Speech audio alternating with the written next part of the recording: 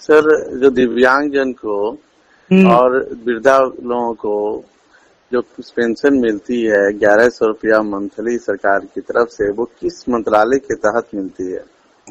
सामाजिक कल्याण न्याय एवं अधिकारिता मंत्रालय। तो सर, मेरा कहने का मतलब है, जिस मंत्रालय का नाम ही है न्याय, क्या वो हमारे साथ न्याय कर रहा? आप देख लीजिए न कि एनएसपी पोर्टल पर जो है वो पेंशन पूरे भारत को प्रदान करता है, अमूमन बिहार को भी प्रदान वही करता है, और उसी के माध्यम से बैंक में पैसा भी आता है।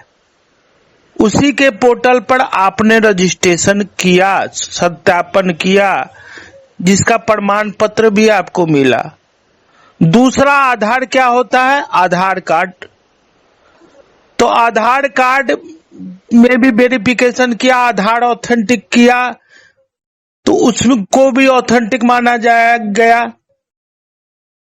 उसमें क्या होता है कि आपका आंख का रेटिना भी लेता है और हाथ का थंब भी लेता है कि दोनों तरफ से सही है, और आपका आधार भी सही है और नेशनल पेंशन पोर्टल में भी सत्यापित हो गया। तो लोग या बिहार के ठेकेदार सीएससी से हमारी बात हुई और ये बात बहुत ही गहन समस्या पे हुआ कि 1950 लिखल है, किसी को 1949 लिखल है, किसी को 1946 लिखल है, और आप आधार लेके उसका वेरिफिकेशन कर रहे हैं और उसको पेंशन मिल रहा है। और जब वो नेशनल पोर्टल पर जा रहा है तो उसका नहीं हो रहा है, क्योंकि आधार में कुछ है और नेशनल पेंशन में कुछ है और सब जगह अलग अलग है। तो कहा गया सीएससी के तरफ से कि सर, ये विभागीय फॉल्ट है और ये हमारे ठिका देने से पहले का फॉल्ट है। हमको सिर्फ इतना ही कहा गया है कि पढ़ा लिखा हो, अनपढ़ हो, गंवार हो, सबसे अंगूठा का निशान लेना है। अब सबसे अंगूठा का निशान लेना है तो सामाजिक कल्याण न्याय एवं अधिकारिता मंत्रालय जो ये कहता है कि हम समाज में न्याय एवं अधिकारिता को आगे बढ़ाएंगे और न्याय एवं अधिकारिता करेंगे, वो कहाँ कर रहा है? जहां आपके से एक थंब पर ही आपका वेरिफिकेशन हो गया, चाहे आपका डेट ऑफ बर्थ कुछ भी हो, वहीं आपने रेटिना भी दिया, थंब भी दिया, और जिस आधार कार्ड को आपने आधार बनाकर सत्यापन किया, आधार वेरिफिकेशन भी करवाया और पेंशन पोर्टल पर जाकर वेरिफिकेशन भी करवाया। एक तरफ राष्ट्रीय शिक्षा नीति को हमारी सरकार बहुत ही बड़े पैमाने पर यह कह रहा है कि अब शिक्षा का स्तर भारत में सुधरा है, और दूसरी तरफ ये कहा जाता है कि पढ़ा लिखा हो या अनपढ़ हो या गंवार हो, सबसे अंगूठा का निशान लो, उसका डॉक्यूमेंट सही हो या गलत हो, सबसे अंगूठा का निशान हो। तो वेरिफिकेशन के लिए जब आप दे रहे हैं, और वेरिफिकेशन का मतलब होता है सत्यापन, तो जहां पर एक अंगूठा दे रहे हैं वो ज्यादा ऑथेंटिक है कि अंगूठा भी दे रहे हैं, रेटिना भी दे रहे हैं, वो ज्यादा ऑथेंटिक है। और जिस प्रकार से हमारे न्यायालय की जो मूर्ति को देखेंगे तो आंख में पट्टी है, उनको कुछ दिखता नहीं है। क्या हमारे सामाजिक कल्याण न्याय एवं अधिकारिता मंत्रालय में जो कर्मचारी बैठे हुए हैं, जिनके भरोसे ये पूरा देश है, उनके आंख पर भी पट्टी लग गया है? ये इस बात पर मैं बोल रहा हूं कि अगर आप अनवैलिड भी हैं, तो आपका एक लिस्ट बनेगा, और जैसे ही लिस्ट के लिए वो जाएंगे, जैसे ही आपके नाम का अनवैलिड का ऑप्शन आएगा, तो वो खोलेंगे तो वहां पर दिखेगा कि इसका तो वेरिफिकेशन ऑलरेडी हो चुका है।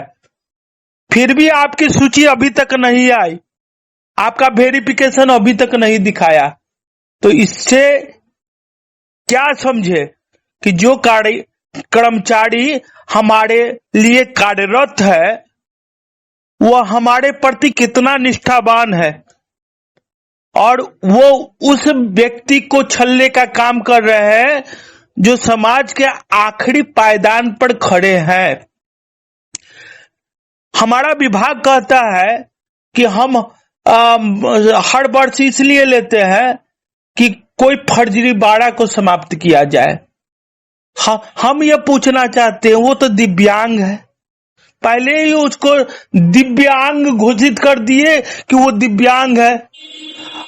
ऊपर से अगर उसकी डेथ हो भी जाती है तो अब तो ऐसा सिस्टम आपने हाथी में भी बना दिया, मजार में भी बना दिया, ऐसा सिस्टम आपने श्मशान घाट पर भी बना दिया है कि पहले रजिस्ट्रेशन होता है और उसके बाद उसका आधार खत्म होता है और उसके बाद उसका सारा कुछ होता है।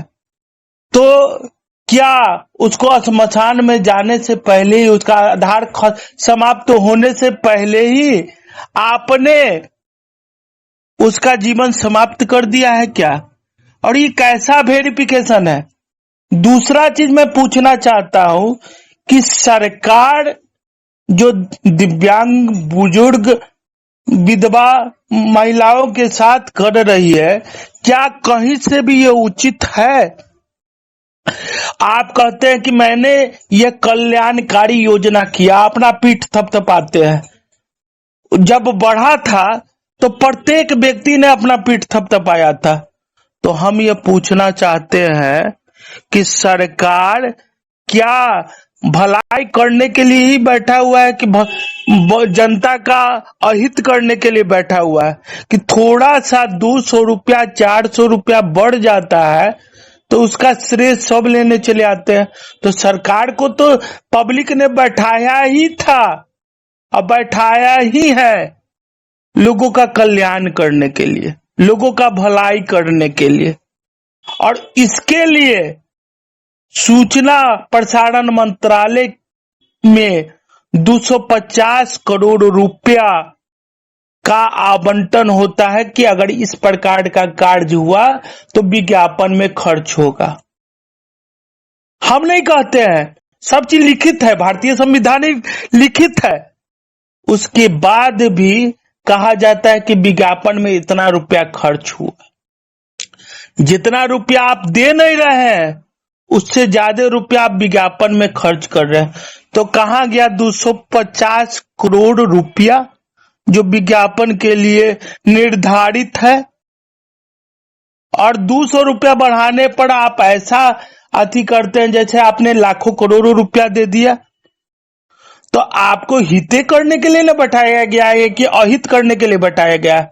अभी बिहार में वही सरकार है डबल इंजन की, वही मुख्यमंत्री है और वही मंत्री है, फिर भी खामियाजा किसको भुगतना पड़ा?